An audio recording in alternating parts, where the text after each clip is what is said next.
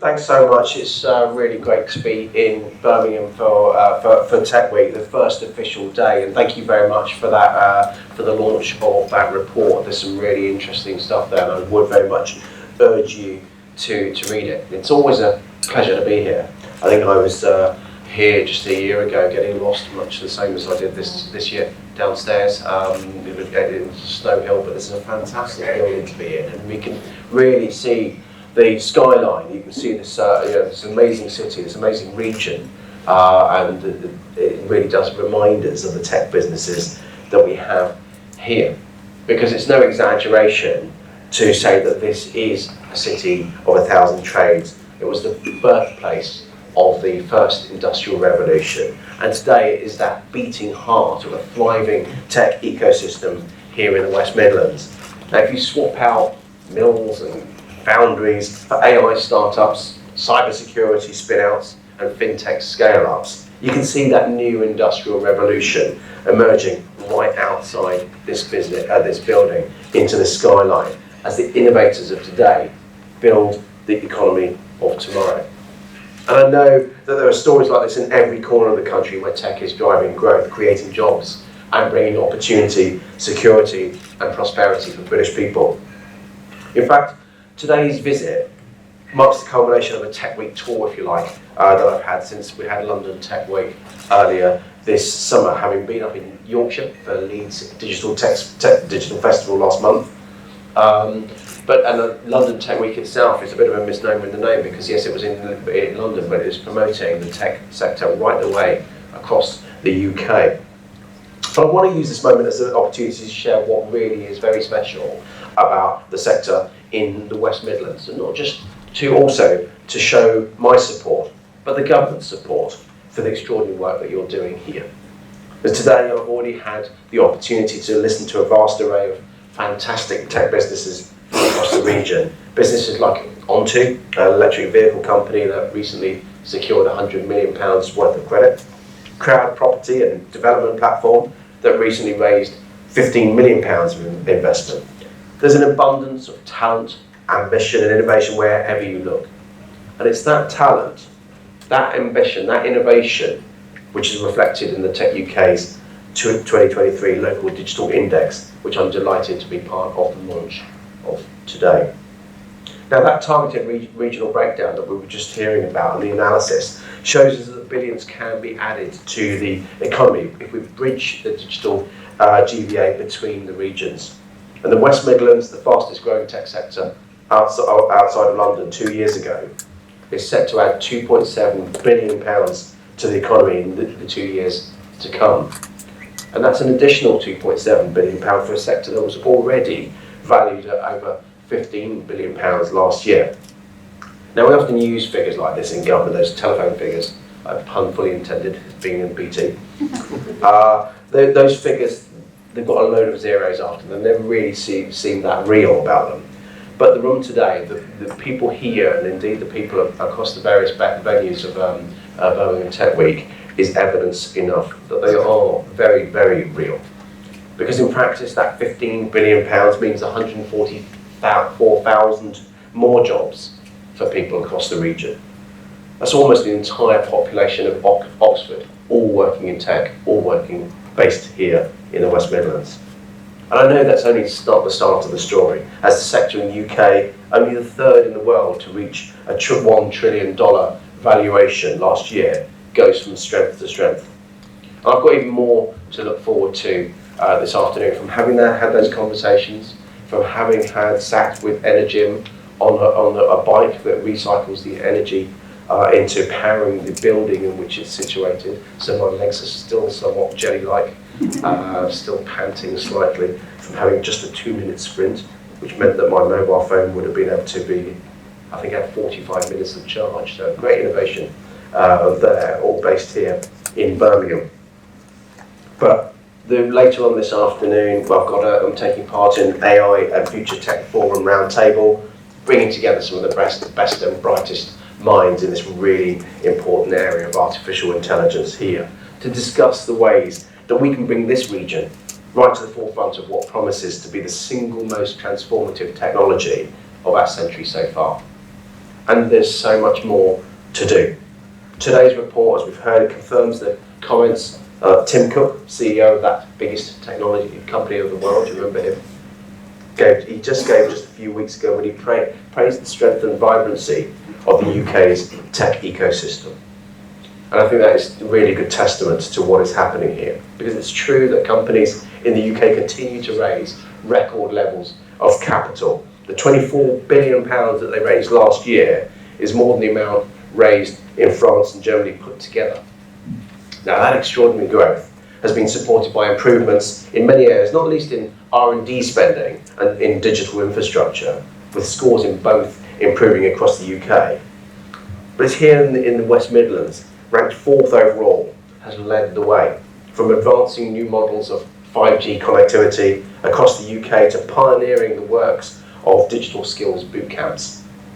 But the report shows too that whilst we may be on the way to becoming that science and tech superpower that we charged ourselves to do by 2030, we've got to move further and faster if we're to secure success in a global economy that grows more competitive year after year. And as we've just heard, we've got to make sure that that affects every part of the UK, not just certain clusters, not just certain cities and towns.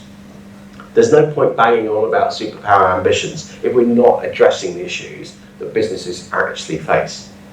So I don't want today just to be about warm words and celebrating that success. We've got to do, we certainly must celebrate success, but I want to talk about the concrete steps that the government is taking to support the tech sector. Now, it's no secret that inflation and macroeconomic pressures have made tech investment less straightforward, with both investors and startups facing their own unique set of pressures. But in the face of those pressures, I can assure you that this government remains absolutely committed to ensuring the UK continues to be one of the best places in the world to start an innovative tech business of any size. And that's why we've introduced enhanced tax breaks, replacing the super deduction with full expensing of capital allowances for 3 years, ensuring the UK's capital allowances regime is world leading. It's why we still, despite the changes, have the lowest headline corporation tax in the G7, why we're scrapping red tape, creating new investment zones and more routes into skilled employment. Now, those are policies that are going to benefit the whole of the UK, unlocking collaboration, opportunities for collaboration in areas way beyond London and the south east, from Wolverhampton and Walsall to Solihull and Sandwell. Because here in the West Midlands, the tech sector has just received a £1 million investment that will, amongst others, create a new tech acceleration programme to help boost startups to become fully fledged global scale-ups. And we've launched new policies that will increase investment, drive growth and open up deeper pools of capital. The LIFTS initiative will stimulate the creation of new vehicles for investment into science and tech companies, and our commitment to extending British Patient Capital's programme for a further 10 years will bring at least £3 billion of government investment across key industries. And crucially, the Chancellor's Mansion House reforms, which will boost returns for pension fund holders and increase funding liquidity for high growth companies, could unlock an additional £50 billion of investment by 2030, representing another significant step in cementing the UK's status as a science and tech superpower by the end of the decade. But we know that an excellent investment environment just won't solve everything. We've got to invest in the tech itself. And so with our £370 million science and tech strategy, that's exactly what we're doing. Driving immediate growth into the 5 critical technologies where we know that the UK can lead the way: quantum, AI, bioengineering, telecoms, and semiconductors, which power all of those. And these are all technologies which are thriving right here in the West Midlands. I was delighted to announce just last Thursday the launch of ChipStart UK. That's a pioneering chip design incubator that's created to build the next generation of semiconductor firms. But besides investing in the tech itself and supporting the businesses who are developing it, if we're going to make sure that our superpower status delivers tangible benefits to British people everywhere, then we've got to make sure that we have a workforce with the right skills to play their part. And so that's why, starting at the beginning, we're encouraging 11 to 14-year-olds to play their part in our Cyber Explorers programme, boosting their cyber skills and inspiring young people to aim for careers in cyber. There's an amazing cluster of cyber companies here in the West Midlands. We've got the UK's flagship cyber security event taking place for the first time next year, right here in Birmingham, bringing together more than 2,000 UK and international cyber security experts at the ICC just up the road. And it's in cities like this that we're nurturing that homegrown talent and harnessing the unique skills base from our world-leading universities, even as we still aim to attract the best talent from abroad via our global talent visa system. And many of those young people will go on to found their own businesses. And when they do, I want to be confident that they've got the specialist support that they need to succeed. And it's exactly that kind of support that Barclays Eagle Lab is providing with a £12 million digital growth grant that I launched actually from from up the road, from a couple of buildings away from here last year. And with that funding, they're delivering everything from growth programs and mentoring sessions to research, insights and learning materials for tech entrepreneurs. All of that is aimed at helping them to start and scale successful businesses which can stay here in the UK. And that opportunity has got to be open to everybody. And that's why, among the range of grant-funded activities, Eagle Labs is running dedicated growth programs for female founders and black founders. And those programs will benefit more than 22,000 tech businesses over the next 2 years, with at least 80% of those outside London and at least 35% run by diverse founders. With what that does, that doesn't, as I've been saying this morning, but for many, many months now, diversity, that sort of diversity is not just tick box diversity, it's true diversity of thinking. It gets you a better product, a better service, and better companies as a result of that expansion of the thought process. But that's going to build on the £42 million of government support provided to the tech sector since 2016. I'm really delighted as well that Tech Nation is relaunching at Birmingham Tech Week. That's complementing our work to support the sector. And as I said at the beginning of the speech earlier on, I'm really here to listen and share my support, because I always do my politics with the mantra that I have 2 ears and 1 mouth, and I try and use them in that proportion.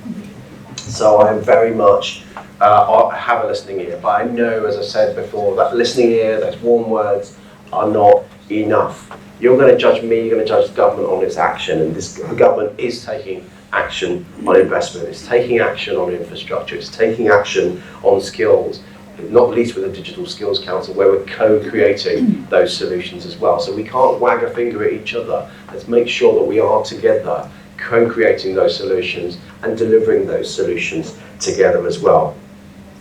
But looking around here today, I'm reminded that no matter what action we take, it'll only make a difference if we're working with you.